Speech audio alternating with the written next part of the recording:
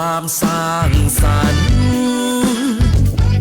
จากเสียงเดียวมารวมกันก็เป็นล้านมาร่วมใจกันหลากสิทธิ์เขาก็มีหลากเสี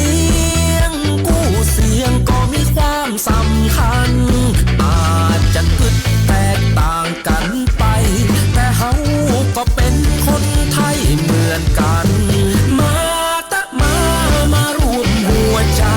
มาสร้างประเทศไทยกับมือของเขาเลือกคนที่รักเลือกคนที่ใจ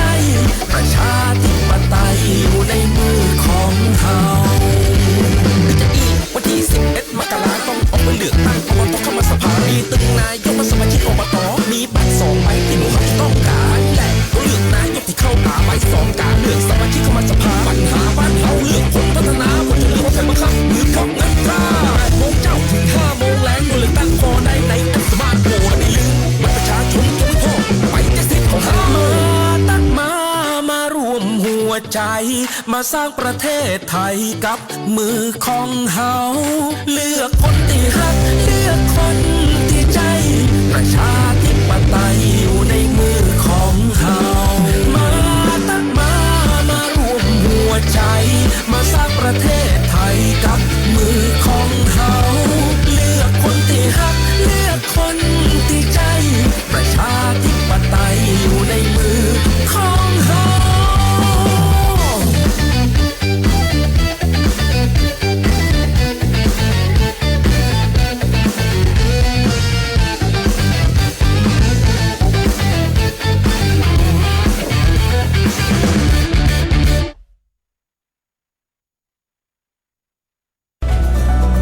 ที่นี่สถานีวิทยุกระจายเสียงแห่งประเทศไทยจังหวัดแพร่ส่งกระจายเสียงด้วยระบบ FM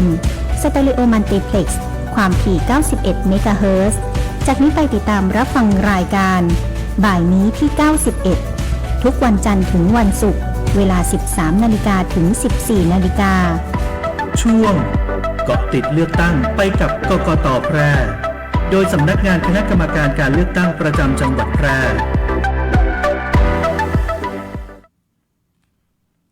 สวัสดีครับคุณผู้ฟังทุกท่านนะครับกับผมนายบุรินทร์ นารากุลพนักงานการเลือกตั้งสำนักงานคณะกรรมการการเลือกตั้งประจำจังหวัดแพร่นะครับวันนี้มาพบปะกันนะครับก็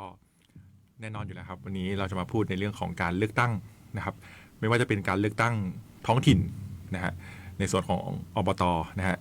และการเลือกตั้งระดับชาตินะครับหรือการเลือกตั้งสมาชิกสภาผู้แทนราษฎรนะครับรวมไปถึงการออกเสียงประชามตินะครับที่ก็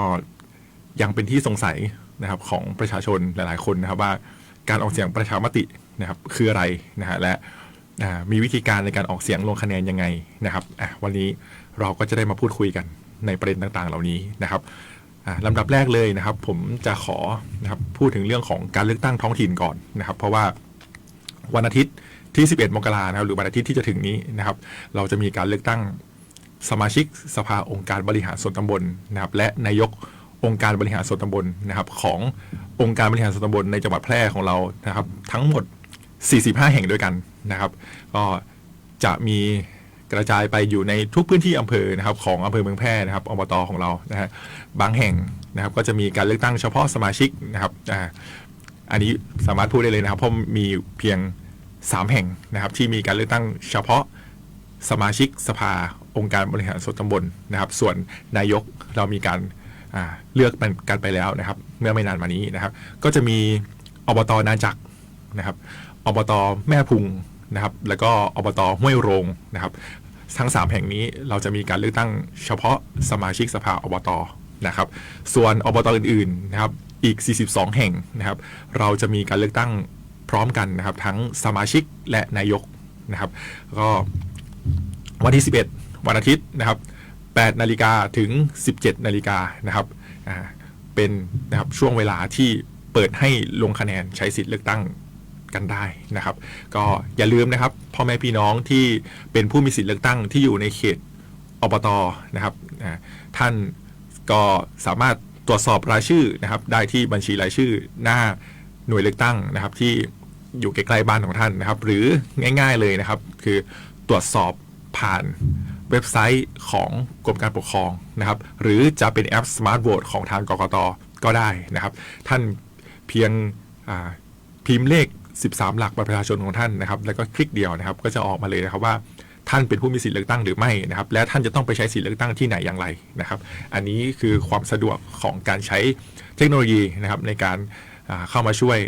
ในเรื่องของการตรวจสอบรายชื่อผู้มีสิทธิเลือกตั้งนะครับ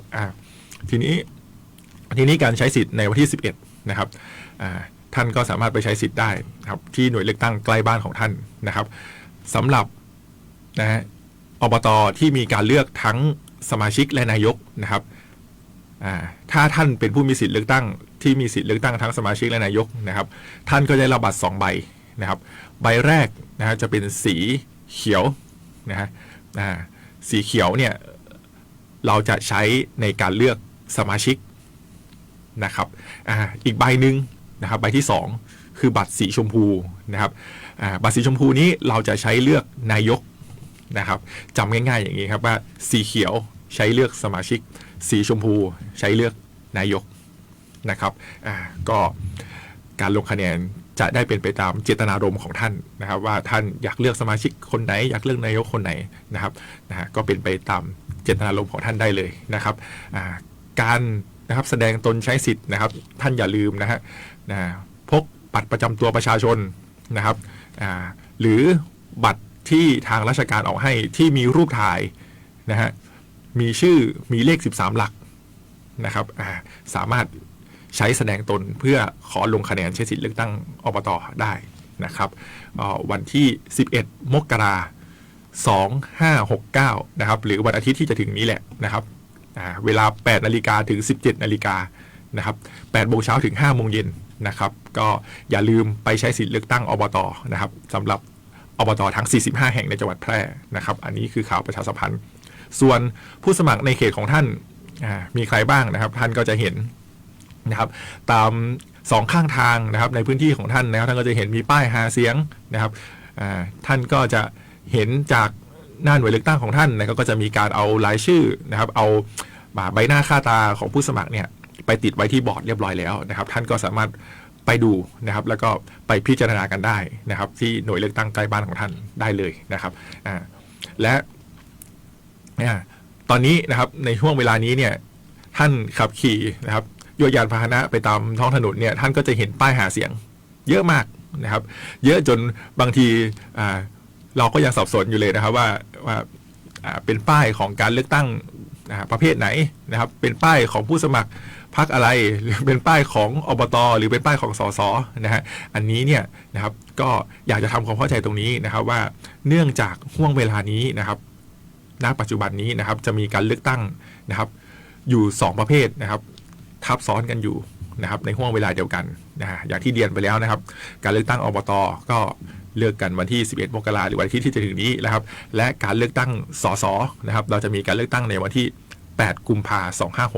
2569นะครับเพราะฉะนั้นช่วงนี้นะครับก็อาจจะเกิดความสับสนกันได้นะครับว่าป้ายหาเสียงของผู้สมัครที่ติดอยู่ตามพื้นที่ของท่านเนี่ยนะครับตามแถวบ้านของท่านเนี่ยนะครับจะเป็นการเลือกตั้งประเภทไหนยังไงเนี่ยอันนี้ก็อยากให้ลองดูในรายละเอียดนิดนึงนะครับอ่านในรายละเอียดนะครับเพราะว่าป้ายหาเสียงของผู้สมัครเนี่ยนะครับเขาจะระบุอยู่แล้วนะครับว่าตัวเขานั้นนะเป็นผู้สมัครประเภทไหนนะฮะอันนี้คือในส่วนของป้ายหาเสียงตามข้างทางก็อยากจะชี้แจงนะครับให้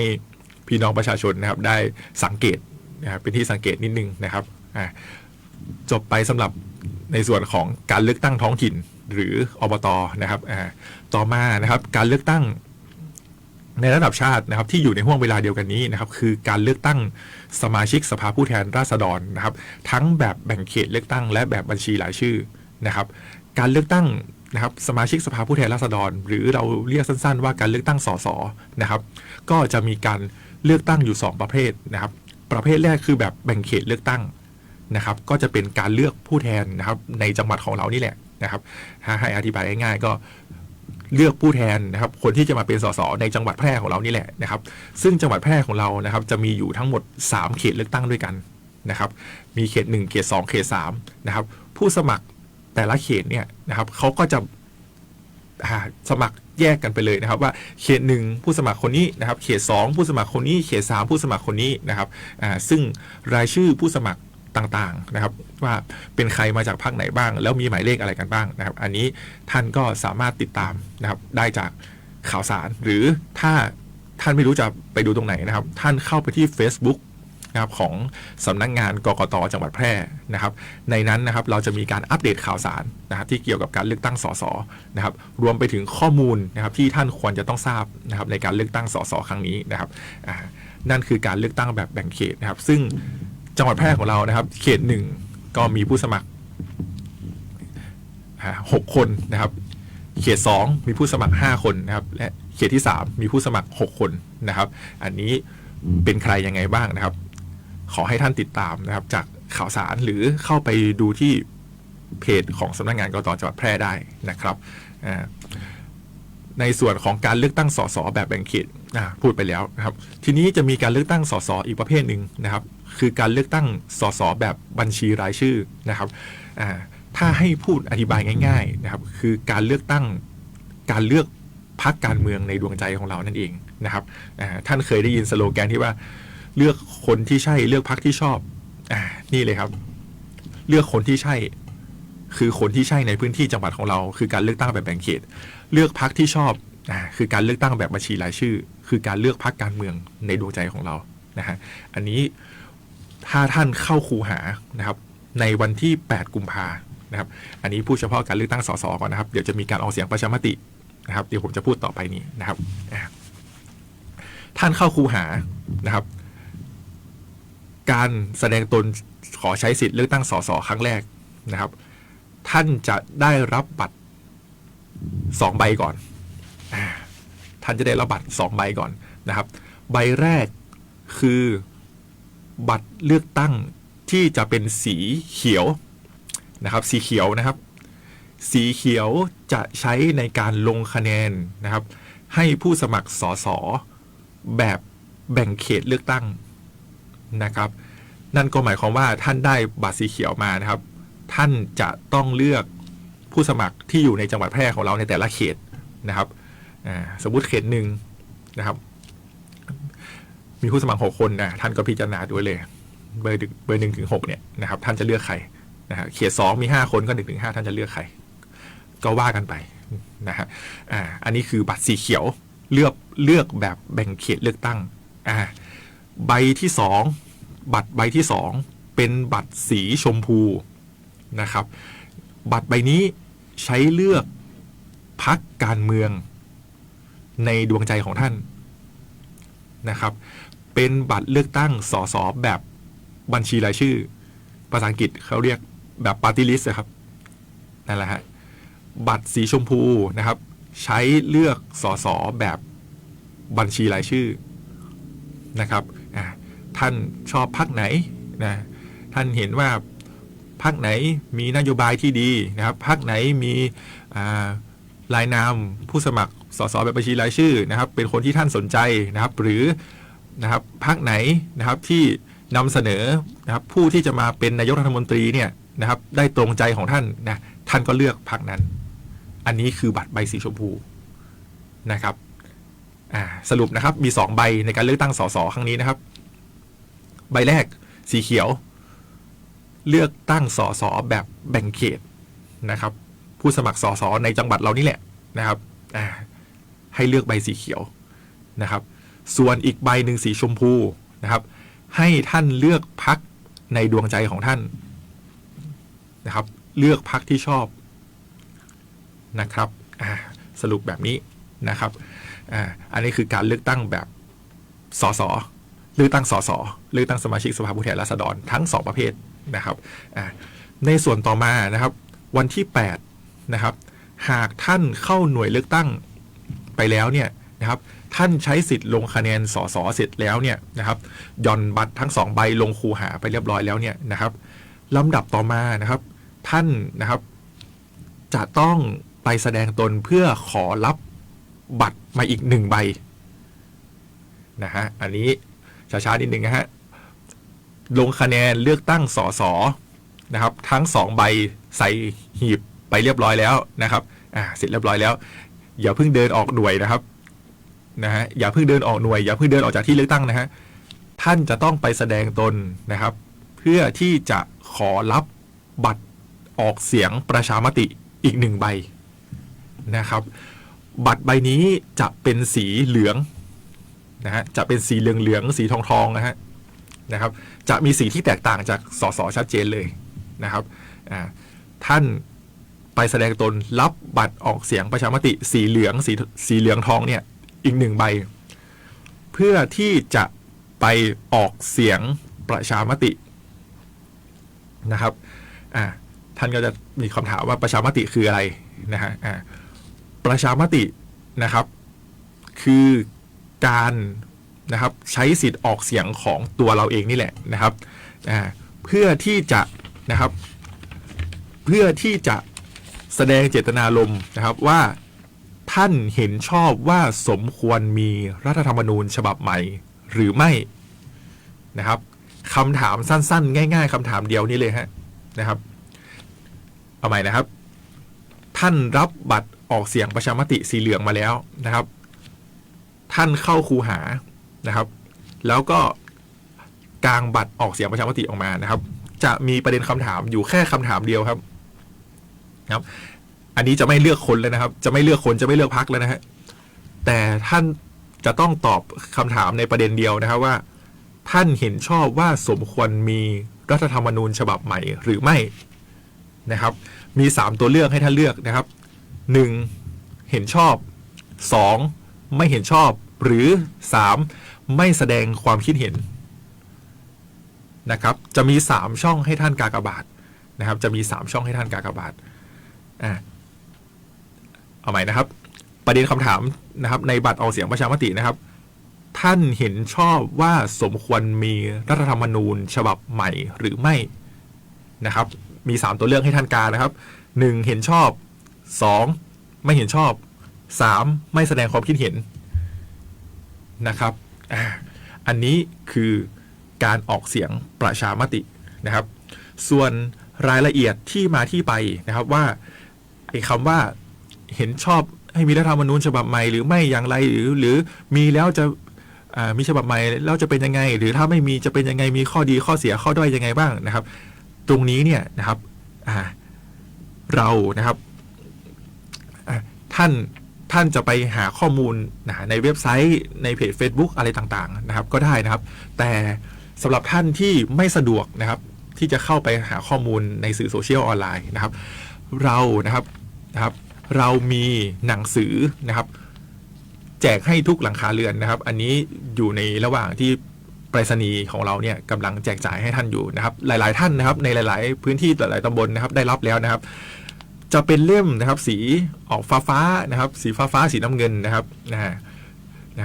จะเป็นหนังสือนะครับประมาณ30กว่าหน้านะครับ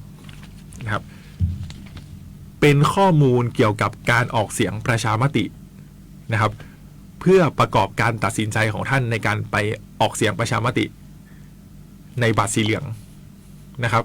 ตรงนี้นะครับเป็นหนังสือที่เราแจกให้ทุกหลังคาเรือนนะครับแจกให้ทุกหลังคาเรือนเลยนะครับเดี๋ยวเจ้าหน้าที่ไปรษณีย์ตอนนี้กำลังดำเนินการแจกจ่ายอยู่นะครับเข้าใจว่าน่าจะไม่เกินวันที่8 มกรานี่แหละนะครับทุกบ้านก็จะมีเล่มนี้อยู่ในมือนะครับเล่มสีฟ้าน้ำเงินนะครับเป็นข้อมูลเกี่ยวกับการออกเสียงประชามตินะครับเพื่อประกอบการตัดสินใจนะครับว่าท่านจะเห็นชอบไม่เห็นชอบหรือไม่แสดงความคิดเห็นนะครับในการให้มีรัฐธรรมนูญฉบับใหม่หรือไม่นะครับอันตรงนี้นะครับเป็นข้อมูลที่เราอำนวยความสะดวกให้ท่านโดยการแจกเป็นรูปเล่มไปให้ถึงบ้านเลยนะครับเล่มก็จะนะครับเป็นตัวหนังสือเป็นตัวอักษรใหญ่ๆนะครับให้ท่านอ่านได้สบายตานะครับท่านสามารถศึกษาได้เลยนะครับในสมุดเล่มนี้นะครับว่าที่มานะครับของการทำประชามติในครั้งนี้เนี่ยมันมีที่มาที่ไปยังไงนะครับและข้อดีข้อเสียนะครับในการนะครับประโยชน์ได้เสียนะครับในการออกเสียงประชามติเพื่อให้มีรัฐธรรมนูญฉบับใหม่นี้เป็นยังไงบ้างนะครับเปรียบเทียบข้อดีข้อเสียให้เห็นเลยนะครับว่ารัฐธรรมนูญฉบับใหม่เป็นยังไงบ้างนะครับและที่สำคัญที่สุดนะครับในเล่มนี้นะครับจะมีนะครับ เนื้อหาที่เป็นการอธิบายขั้นตอนในการใช้สิทธิ์เลือกตั้งสสและการออกเสียงประชามติในวันเดียวกันด้วยนะครับอันนี้ต้องเรียนให้ทราบนิดนึงนะครับว่าเป็นครั้งแรกนะครับในประเทศไทยเลยนะครับที่จัดวันเลือกตั้งนะครับพร้อมกับการออกเสียงประชามติอันนี้เป็นครั้งแรกเลยนะครับเพราะฉะนั้นนะครับจากเดิมนะฮะที่การเลือกตั้งสสครั้งที่ผ่านมานะฮะชาวบ้านนะครับผู้มีสิทธิ์เลือกตั้งนะครับเข้าคูหาไปได้แค่2ใบนะครับรอบนี้เพิ่มมาอีกใบแล้วนะครับเป็นบัตรออกเสียงประชามตินะครับฉะนั้นในวันที่8กุมภานะครับท่านเข้าไปใช้สิทธิ์ที่หน่วยเลือกตั้งนะครับเน้นย้ำตรงนี้อีกครั้งนะครับท่านจะได้รับบัตรเลือกตั้ง3ใบนะครับขออภัยครับท่านจะได้รับบัตรเลือกตั้งสส2ใบและบัตรออกเสียงประชามติอีก1ใบรวมเป็น3ใบนะครับเพราะฉะนั้นท่านนะครับพึงจะต้องใช้สิทธิ์ให้ครบถ้วนนะคำถามต่อมาครับเป็นประเด็นฮอตมากในวันนี้นะฮะเนื่องจากวันนี้นะครับวันที่5มกรานะครับเป็นวันสุดท้ายนะครับที่เปิดให้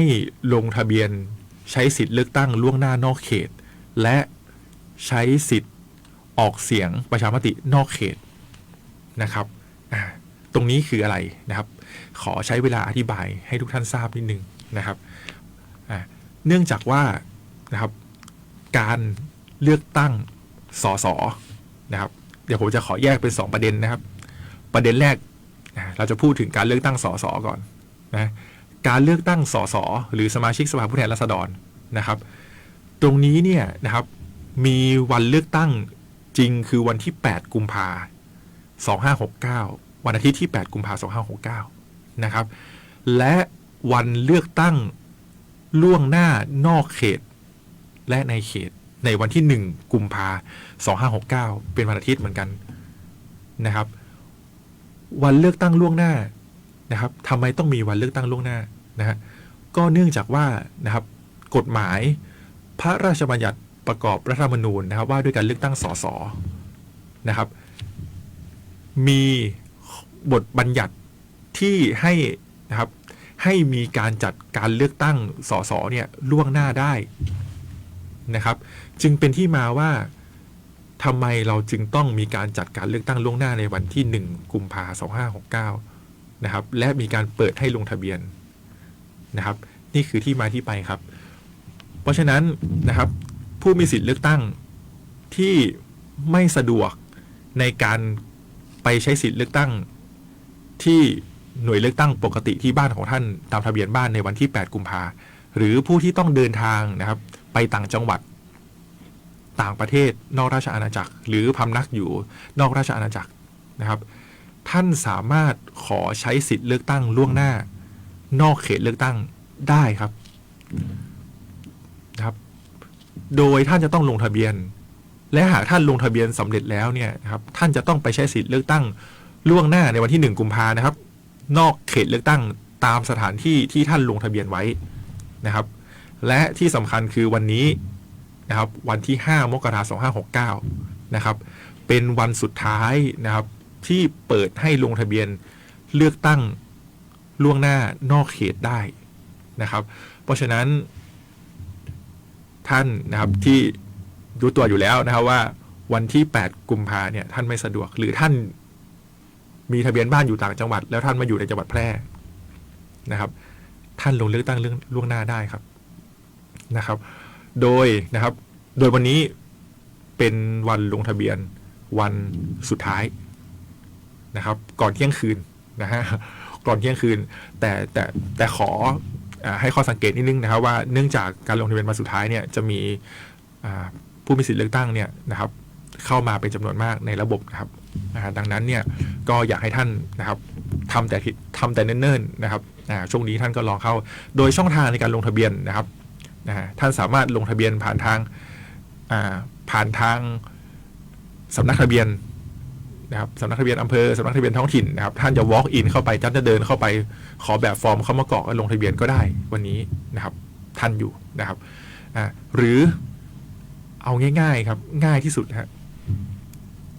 คือการลงทะเบียนผ่านเว็บไซต์ของกรมการปกครองนะครับอันนี้ เรารณรงค์มากนะครับอยากจะให้ทุกท่านเนี่ยนะครับลงทะเบียนผ่านทางเว็บไซต์เพราะสะดวกครับผมลองลงดูแล้วฮะใช้เวลาประมาณ1 นาทีนะครับ1 นาทีก็ลงได้แล้วนะครับแต่ว่าวันนี้นะครับเนื่องจากเป็นวันสุดท้ายอย่างที่บอกนะครับระบบอาจจะมีติดขัดบ้างนะครับเป็นบางช่วงเวลาเนื่องจากการจราจรของข้อมูลนะครับวันสุดท้ายเนี่ยก็จะมีผู้มีสิทธิเลือกตั้งเข้ามาในระบบมากหน่อยนะครับก็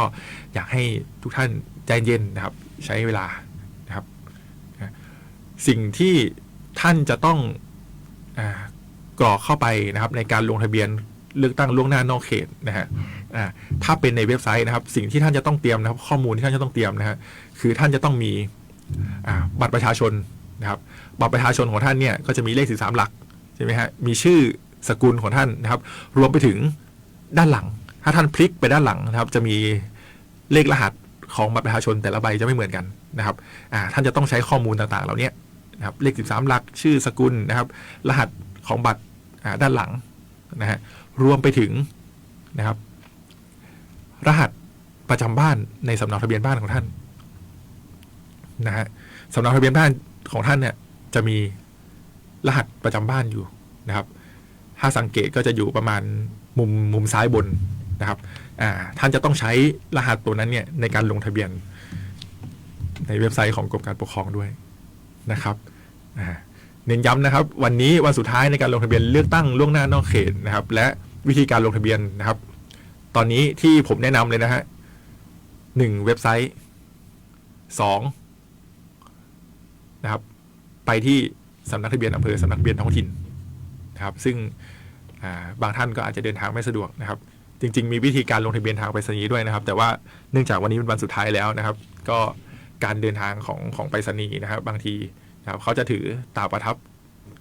ในการลงรับเป็นสำคัญนะครับเพราะฉะนั้นก็แนะนำเลยนะครับว่าถ้าจะเอาชัวร์นะครับเอาแน่นอนนะครับ1ลงทะเบียนผ่านเว็บไซต์ของกรมการปกครองนะครับ2นะครับเดินเข้าไปที่สำนักทะเบียนท้องถิ่นสำนักทะเบียนอำเภอเพื่อจะขอลงทะเบียนกับเจ้าหน้าที่ได้นะครับอันนี้คือวิธีการลงทะเบียนนะครับทีนี้พอลงทะเบียนเสร็จปุ๊บนะฮะท่านก็จะไปใช้สิทธิ์เลือกตั้งนะครับในวันที่1 กุมภา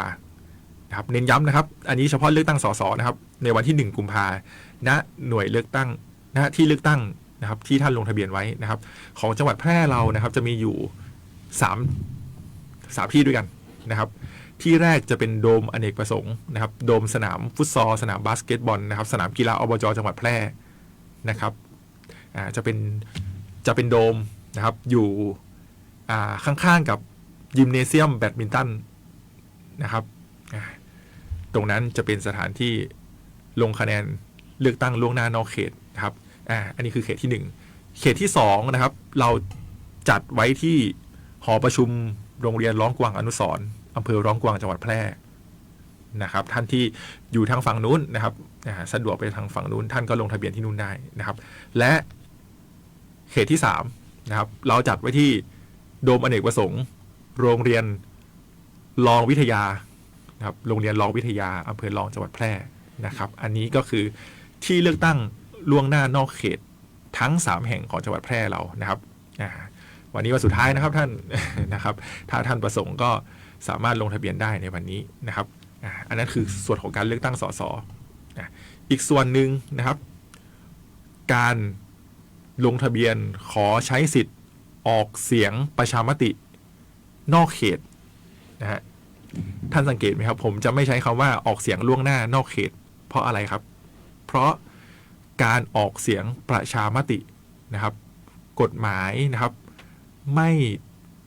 ได้บัญญัติให้มีการออกเสียงประชามติล่วงหน้าได้นะครับดังนั้นนะครับการออกเสียงประชามติทั่วประเทศนะครับ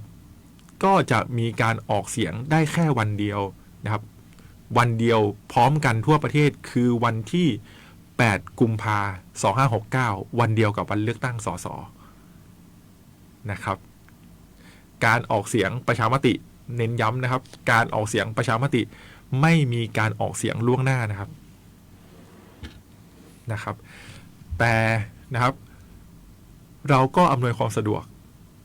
ให้กับผู้มีสิทธิ์ออกเสียงประชามติ นะครับที่มีทะเบียนบ้านอยู่ต่างจังหวัดสมมุติมีทะเบียนบ้านอยู่กรุงเทพมีทะเบียนบ้านอยู่เชียงใหม่นะครับวันที่8กุมภาพันธ์ท่านจะมาออกเสียงประชามติที่จังหวัดแพร่ก็ได้นะครับลงทะเบียนภายในวันนี้เหมือนกันครับสุดท้ายในวันนี้แล้วนะครับคือการลงทะเบียนขอใช้สิทธิ์ออกเสียงประชามตินอกเขตนะครับกรณีที่ท่านลงทะเบียนขอใช้สิทธิ์เลือกตั้งล่วงหน้า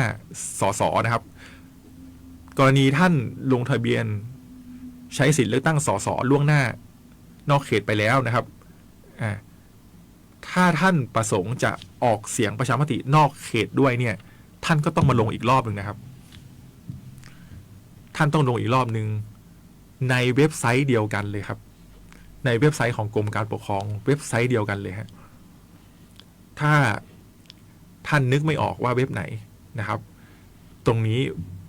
นะครับง่ายที่สุดเลยครับท่านหยิบสมาร์ทโฟนของท่านขึ้นมานะครับเข้าไปที่ Google นะอันนี้คือช่องทางลัดแบบง่ายๆไม่ต้องอธิบายให้ยืดเยื้อเลยฮะท่านเข้าไปที่ Google ท่านพิมพ์ในช่องค้นหานะครับว่าลงทะเบียนเลือกตั้งล่วงหน้าหรือลงทะเบียนออกเสียงประชามตินอกเขตครับท่านคลิกไปนะครับก็จะขึ้นเว็บไซต์นะครับขึ้นมาใช่ไหมครับหลายๆเว็บไซต์นะครับท่านเลือกที่เว็บไซต์ของกรมการปกครองนะครับซึ่งจะขึ้นเป็นเว็บแรกเลยนะครับเท่าที่เคยทำมานะจะขึ้นเป็นเว็บแรกเลยนะครับท่านคลิกเข้าไปนะครับและในนั้นนะครับจะมีข้อมูลที่ท่านกรอกท่านก็เลือกตามประสงค์ของท่านได้เลยนะครับว่าท่านจะลงทะเบียนเลือกตั้งสสล่วงหน้านอกเขตก็ได้หรือจะลงทะเบียนขอใช้สิทธิ์ออกเสียงประชามตินอกเขตก็ได้นะครับทีนี้กลับมาที่การออกเสียงประชามตินอกเขตนะครับของจังหวัดแพร่เรานะครับเตรียมสถานที่ออกเสียงประชามตินอกเขตนะครับสำหรับผู้มีสิทธิ์ออกเสียงนะครับที่มีทะเบียนบ้านอยู่ต่างจังหวัดและต้องการที่จะมาใช้สิทธิ์ออกเสียงประชามตินอกเขตที่จังหวัดแพร่ของเราในวันที่8กุมภาพันธ์2569นี้นะครับก็จะมี3ที่นะครับให้ท่านเลือกเอาที่ท่านสะดวกเลยครับท่านใกล้ที่ไหนท่านไปที่นั่นลงทะเบียนที่นั่นได้เลยนะครับที่แรกครับสถานที่ทั้ง3ที่จะเป็นที่เดียวกับที่ลงคะแนนเลือกตั้งล่วงหน้าเลยนะฮะที่แรกนะครับเขตที่1นะครับเราจัดไว้ที่โดมสนามฟุตซอลสนามบาสเกตบอลสนามกีฬาอบจ.นะครับสนามกีฬาอบจ.ข้างยิมเนเซียมแบดมินตันนะครับที่เดียวกับสถานที่ลงคะแนนสสล่วงหน้าเลยนะครับแต่เป็นคนละวันกันนะครับเลือกตั้งสสล่วงหน้าเนี่ยวันที่1กุมภาเสร็จไปละนะครับวันที่8กุมภาเนี่ยเป็นการใช้สิทธิ์ออกเสียงประชามตินอกเขตแต่สถานที่ใช้สถานที่เดียวกันนะครับเขตที่2ก็เหมือนเดิมครับนะครับสถานที่ออกเสียงประชามตินอกเขตของเขตที่2เราจัดไว้ที่หอประชุมโรงเรียนร้องกวางอนุสรณ์อำเภอร้องกวางจังหวัดแพร่นะครับและเขตที่3เหมือนเดิมครับนะครับเราจัดไว้ที่โดมอเนกประสงค์โรงเรียนรองวิทยาอำเภอรองจังหวัดแพร่นะครับท่านสะดวกที่ไหนท่านลงทะเบียนที่นั่นครับนะครับทีนี้นะครับทีนี้ถ้าท่านลงทะเบียนเสร็จแล้วนะครับเน้นย้ำนะครับท่านลองเข้าไปตรวจสอบดูนะครับว่าการลงทะเบียนของท่านนะครับสำเร็จหรือไม่นะครับถ้าลงทะเบียนสำเร็จเขาจะขึ้นมาเลยครับว่าลงทะเบียนสำเร็จนะครับอันนี้คือในส่วนของการใช้สิทธิ์เลือกตั้งสสและการออกเสียงประชามติที่จะเกิดขึ้นนะครับก็หากผู้มีสิทธิ์ท่านใดนะครับสงสัยนะฮะมีเรื่องอยากจะสอบถามนะครับท่านก็สามารถเข้าไปที่ Facebook นะครับของสำนักงานกกต.จังหวัดแพร่นะครับพิมพ์นะครับสนง.จุดนะครับกกต.จุดแล้วก็คำว่าจังหวัดแพร่นะครับในนั้นเนี่ยครับจะมีการอัปเดตเนื้อหาสาระที่เกี่ยวข้องกับการเลือกตั้งและการออกเสียงประชามติเนี่ยทุกวันนะครับเราอัปเดตทุกวันเรียกว่าเป็นรายชั่วโมงเลยก็ว่าได้นะครับทุกวันนี้นะครับข้อมูลนะครับเป็นสิ่งที่สำคัญมากนะครับก็ อยากจะนำเรียนให้ทุกท่านทราบในเบื้องต้นนะครับก็ขออนุญาตพักฟังสิ่งที่น่าสนใจสักครู่นะครับเดี๋ยวกลับมาพบกันต่อครับ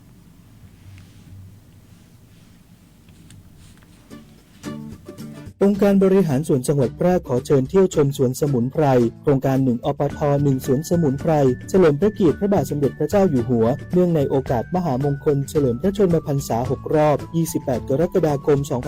2567 แหล่งองค์ความรู้เกี่ยวกับสมุนไพรท้องถิ่นแหล่งศึกษาเกี่ยวกับสรรพคุณของสมุนไพรท้องถิ่นและเป็นพื้นที่เพื่อการอนุรักษ์สมุนไพรท้องถิ่นอย่างยั่งยืนพร้อมสัมผัสโอโซนธรรมชาติของจังหวัดแพร่ดื่มด่ำบรรยากาศเย็นสบายที่ห้อมล้อมไปด้วยต้นไม้นานาพันธุ์ที่ถ้ำผานางคอยตำบลร้องกวางอำเภอร้องกวางจังหวัดแพร่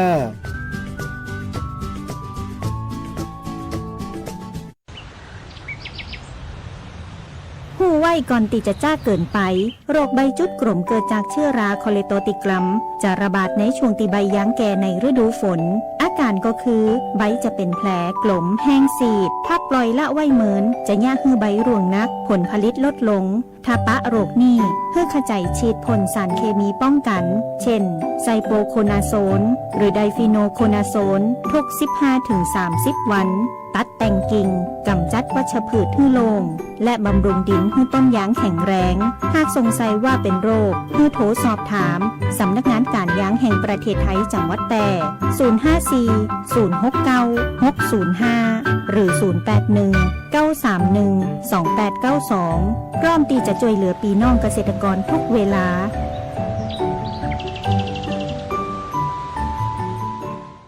หลายคนรอคุณอยู่ที่บ้านลูกเมียรอคุณอยู่ที่บ้านพ่อแม่รอคุณอยู่ที่บ้านคนที่รักรอคุณอยู่ที่บ้านและอีกหลายครอบครัว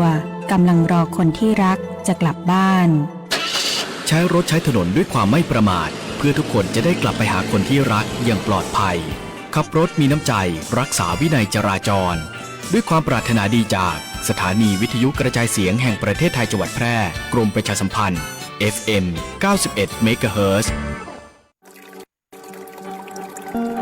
ในช่วงฤดูฝนมักจะเกิดฝนตกหนักในหลายพื้นที่เกิดน้ำท่วมฉับพลันน้ำป่าไหลหลากน้ำล้นตลิ่งองค์การบริหารส่วนจังหวัดแพร่ขอแจ้งเตือนประชาชนให้ติดตามข่าวสารสภาพอากาศจากกรมอุตุนิยมวิทยาหน่วยงานที่เกี่ยวข้องอย่างต่อเนื่องและปฏิบัติตามคำแนะนำอย่างเคร่งครัดหากอยู่ในพื้นที่เสี่ยงควรเตรียมความพร้อมใช้กระสอบทรายอุดปิดทางน้ำที่จะไหลเข้าบ้านเตรียมยกของขึ้นที่สูงให้พ้นจากระดับน้ำท่วมเตรียมอุปกรณ์สิ่งจำเป็นต่างๆให้พร้อมใช้ในยามฉุกเฉินเรียนรู้เส้นทางการอพยพไปที่ปลอดภัยรู้หมายเลขโทรศัพท์ฉุกเฉินของหน่วยงานท้องถิ่นเพื่อขอความช่วยเหลือระวังงดลงเล่นน้ำหรืออยู่ใกล้ทางน้ำหลากห้ามขับรถเข้าไปในพื้นที่น้ำท่วมหรือบริเวณที่มีน้ำหลากหากไม่ปลอดภัยให้ออกจากรถทันทีสอนให้เด็กเล็กรู้จักป้องกันตนเองขณะน้ำท่วมไม่ควรสัมผัสปลั๊กไฟหรือเครื่องใช้ไฟฟ้าเตรียมความพร้อมเฝ้าระวังตลอดเวลาหากเกิดภัยพิบัติภาวะฉุกเฉินแจ้งสายด่วนปพ1784หรือแจ้งข้อมูลอบจ.แพร่โทร054-532-485ด้วยความห่วงใยจากองค์การบริหารส่วนจังหวัดแพร่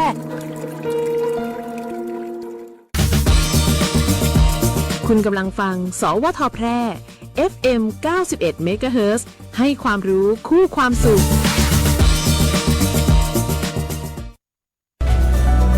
ที่นี่สถานีวิทยุกระจายเสียงแห่งประเทศไทยจังหวัดแพร่ส่งกระจายเสียงด้วยระบบ FM สเตอริโอมัลติเพล็กซ์ความถี่ 91 เมกะเฮิรตซ์จากนี้ไปติดตามรับฟังรายการบ่ายนี้ที่ 91 ทุกวันจันทร์ถึงวันศุกร์เวลา 13 นาฬิกาถึง 14 นาฬิกาช่วงเกาะติดเลือกตั้งไปกับกกต.แพร่โดยสำนักงานคณะกรรมการการเลือกตั้งประจำจังหวัดแพร่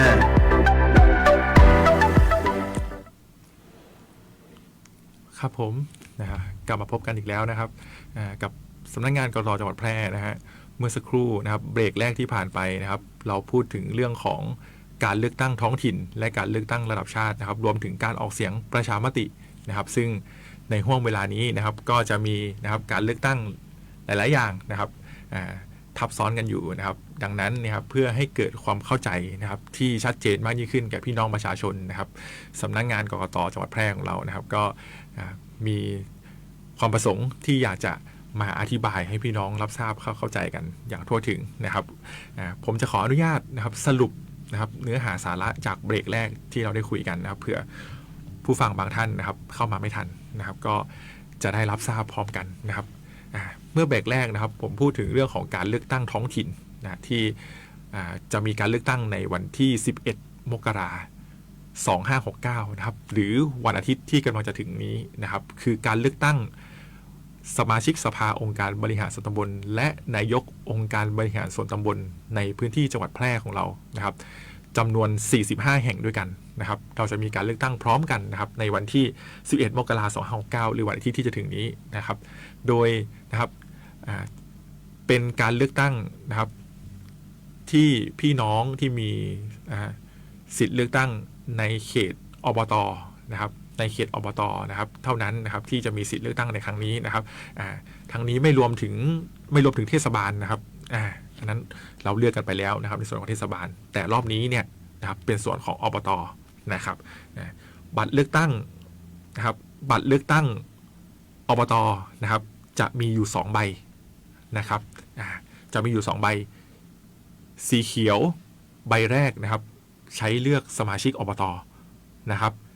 สีชมพูใบที่2สีชมพูนะครับใช้เลือกนายกอบต.นะครับอันนี้คือส่วนของบัตรเลือกตั้งและ4บัตรเลือกตั้งที่เป็นที่สังเกตนะครับให้ทุกท่านเนี่ยนะครับใช้สิทธิ์ให้ถูกต้องตามเจตนารมณ์ของท่านนะครับยกเว้นเฉพาะนะครับอบต3แห่งนะครับที่มีการเลือกตั้งเฉพาะสมาชิกนะครับก็จะมีอบตนาจักรห้วยโรงและแม่พุงนะครับ3ที่กล่าวมานี้นะครับจะมีแค่การเลือกตั้งสมาชิกอย่างเดียวนะเพราะนายกเราเลือกกันไปแล้วนะฮะนอกนั้นนะครับอบตอื่นนอกจากนั้นอีก42แห่งจะมีการเลือกตั้ง2ประเภทได้รับบัตรเลือกตั้ง2ใบนะครับอันนี้เน้นย้ำนะครับการใช้สิทธิ์นะครับท่านก็ใช้หลักฐานแสดงตนนะครับบัตรประชาชนนะครับใบขับขี่นะครับรวมถึงนะครับแอปพลิเคชันไทยดีนะครับที่ท่านสามารถแสดงตนขอใช้สิทธิ์ลงคะแนนได้นะครับโดยนะครับถ้าท่านจะใช้แอปพลิเคชันไทยดีนะครับหรือ DLT License นะครับของใบขับขี่ออนไลน์นะครับท่านจะต้องใช้มือถือนะครับตัวจริงใช้มือถือของท่านเองนะครับในการแสดงให้กับคณะกรรมการประจำหน่วยดูเท่านั้นนะครับท่านไม่สามารถที่จะแคปส่งต่อเป็นรูปหรือปริ้นออกมาเป็นสำเนาได้นะครับกรณีท่านใช้แอปพลิเคชันในการแสดงตัวนะครับท่านต้องใช้แอปพลิเคชันในมือถือของท่านเท่านั้นนะครับส่วนบัตรเลือกตั้งขออภัยครับบัตรประชาชนใบขับขี่นะครับท่านก็สามารถใช้แสดงตัวในการลงคะแนนได้นะอันนี้คือส่วนของการเลือกตั้งอบต.นะครับส่วนการเลือกตั้งสส.ที่จะถึงนี้นะครับเช่นกันครับท่านจะได้บัตรเลือกตั้ง2ใบนะครับสส.นะครับใบแรกเป็นบัตรเลือกตั้งสีเขียวใช้เลือกตั้งสส.แบบแบ่งเขตนะครับและบัตรใบที่2สีชมพูนะครับใช้เลือกสส.แบบบัญชีรายชื่อหรือเรียกง่ายๆว่าเลือกพรรคที่ท่านชอบนะครับสีเขียวเลือกคนที่ใช่ที่เป็นสส.เขตของท่านนะครับและสีชมพูใช้เลือกพรรคที่ท่านชอบนะครับอันนี้คือการเลือกตั้งสส.นะครับส่วนนะครับหลังจากที่เลือกตั้งสส.เสร็จนะครับท่านยังออกไปจากหน่วยไม่ได้ครับท่านจะต้องมารับบัตรอีก1ใบเพื่อที่จะใช้สิทธิ์ออกเสียงประชามตินะครับบัตรใบนี้นะครับจะเป็นบัตรสีเหลืองนะครับใช้ในการออกเสียงประชามตินะครับโดยนะครับบัตรออกเสียงประชามตินะครับจะไม่ได้เป็นการเลือกคนเลือกพรรคเลยนะครับคนละส่วนกันแล้วนะครับบัตรออกเสียงประชามตินี้นะครับจะมีคำถามให้ท่านตอบนะครับเป็นคำถาม1ข้อสั้นๆง่ายๆให้ท่านตอบนะครับแต่ท่านอาจจะต้องพิจารณาข้อมูลก่อนไปตอบคำถามนี้นิดนึงนะครับล่วงหน้านะครับคำถามที่ว่านี้นะครับจะถามว่าท่านเห็นชอบว่าสมควรมีรัฐธรรมนูญฉบับใหม่หรือไม่นะครับอีกครั้งนะครับคำถามคือท่านเห็นชอบว่าสมควรมีรัฐธรรมนูญฉบับใหม่หรือไม่นะครับอันนี้คือคำถามนะครับ ส่วนคำตอบนะครับจะมีช่อง3ช่องให้ท่านเลือกตอบนะครับช่องแรกเห็นชอบช่องที่2ไม่เห็นชอบช่องที่3ไม่แสดงความคิดเห็นนะครับกับคำถามนี้นะครับท่านเห็นชอบว่าสมควรมีรัฐธรรมนูญฉบับใหม่หรือไม่นะครับท่านเลือกตอบได้นะครับคำตอบเดียวเท่านั้นนะครับนะฮะเห็นชอบไม่เห็นชอบหรือไม่แสดงความคิดเห็นนะครับโอเคนี่คือในส่วนของการออกเสียงประชามตินะครับส่วนประชามติคืออะไรทำไมจะต้องแก้รัฐธรรมนูญฉบับใหม่นะครับมีที่มาที่ไปยังไงทำไมต้องมาถามเรานะครับอันนี้เรามีเล่มนะครับเป็นเล่มสีฟ้าน้ำเงินนะฮะตรงนี้นะครับเราแจกให้ทุกหลังคาเรือนนะครับโดยตอนนี้นะครับเจ้าหน้าที่ไปรษณีย์ก็ทยอยแจกจ่ายให้ท่านอยู่นะครับคาดว่าไม่เกินวันที่8 มกราคมนี้นะครับทุกหลังคาเรือนจะต้องมีเล่มนี้อยู่ในมือเพื่อใช้ในการศึกษาพิจารณาประกอบการตัดสินใจไปออกเสียงประชามติในวันที่8 กุมภาพันธ์นะครับตรงนี้เป็นส่วนของการออกเสียงประชามตินะครับดังนั้นนะครับสรุปนะครับถ้าท่านไปใช้สิทธิ์เลือกตั้งสสในวันที่8 กุมภาพันธ์ที่หน่วยเลือกตั้งใกล้บ้านท่านแล้วนะครับท่านไม่เพียงแต่จะได้รับบัตร2 ใบที่เลือกตั้งสสเท่านั้นนะครับท่านจะได้รับบัตรออกเสียงประชามติอีกใบนะครับรวมเป็นวันนั้นนะครับท่านจะได้รับบัตร3 ใบนะครับสีเขียวเลือกตั้งสสแบ่งเขตสีชมพูเลือกพรรคการเมืองที่ท่านชอบและบัตรสีเหลืองใช้ออกเสียงประชามติในเรื่องของการให้มีรัฐธรรมนูญฉบับใหม่นะครับนี่คือสรุปนะครับการเลือกตั้งและการออกเสียงประชามติในวันเดียวกันคือวันที่8 กุมภาพันธ์นะครับและพอมีเวลาเหลืออีก1 นาทีนะครับเน้นย้ำนะครับวันนี้นะครับวันที่5 มกราคม 2569นะครับวันสุดท้ายนะครับที่จะสามารถลงทะเบียนขอใช้สิทธิ์เลือกตั้งล่วงหน้านอกเขตและขอใช้สิทธิ์ออกเสียงประชามตินอกเขตได้นะครับวันนี้วันสุดท้ายก่อนเที่ยงคืนนะครับท่านนะครับจะต้องลงทะเบียนภายในวันนี้เท่านั้นนะครับถ้าท่านประสงค์จะใช้สิทธิ์เลือกตั้งล่วงหน้านอกเขตหรือออกเสียงประชามตินอกเขตนะครับโดยนะครับช่องทางนะครับถ้าชัวร์เลยในวันนี้นะครับก็จะ1เว็บไซต์ของกรมการปกครองนะครับ2นะครับไปที่สำนักทะเบียนอำเภอสำนักทะเบียนท้องถิ่นนะครับอันนี้คือช่องทางในการลงทะเบียนครับก็ฝากทิ้งท้ายไว้นะครับว่าประชาธิปไตยนะครับเป็นสิ่งที่สำคัญนะครับการเลือกตั้งเป็นส่วนหนึ่งของกระบวนการในประชาธิปไตยนะครับดังนั้นนะครับขอเชิญชวนผู้มีสิทธิ์เลือกตั้งทุกคนนะครับออกไปใช้สิทธิ์เลือกตั้งนะครับและใช้สิทธิ์ออกเสียงประชามตินะครับกรณีท่านไม่ได้ไปเลือกตั้งหรือไม่ได้ไปออกเสียงประชามตินะครับท่านนะครับสามารถแจ้งเหตุไม่ไปใช้สิทธิ์เลือกตั้งหรือไม่ไปออกเสียงประชามติเพื่อเป็นการรักษาสิทธิท่านไม่ให้สิทธิท่านถูกจำกัดตามกฎหมายนะครับอันนี้ก็ขอเน้นย้ำนะครับสำหรับวันนี้นะครับสำนักงานกต.จังหวัดแพร่นะครับก็ขอบพระคุณนะครับผู้ฟังทุกท่านนะครับที่ติดตามรับชมรับฟังมาจนถึงท้ายรายการนะครับก็ขอกล่าวคำว่าสวัสดีครับเสียงกูเสียงของเฮาคนไทยเป็นศรัทธา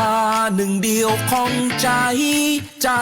ที่ฮักประชาธิปไตยรวมกันเป็นพลังยิ่งใหญ่ พบกับบทเพลงแห่งความรัก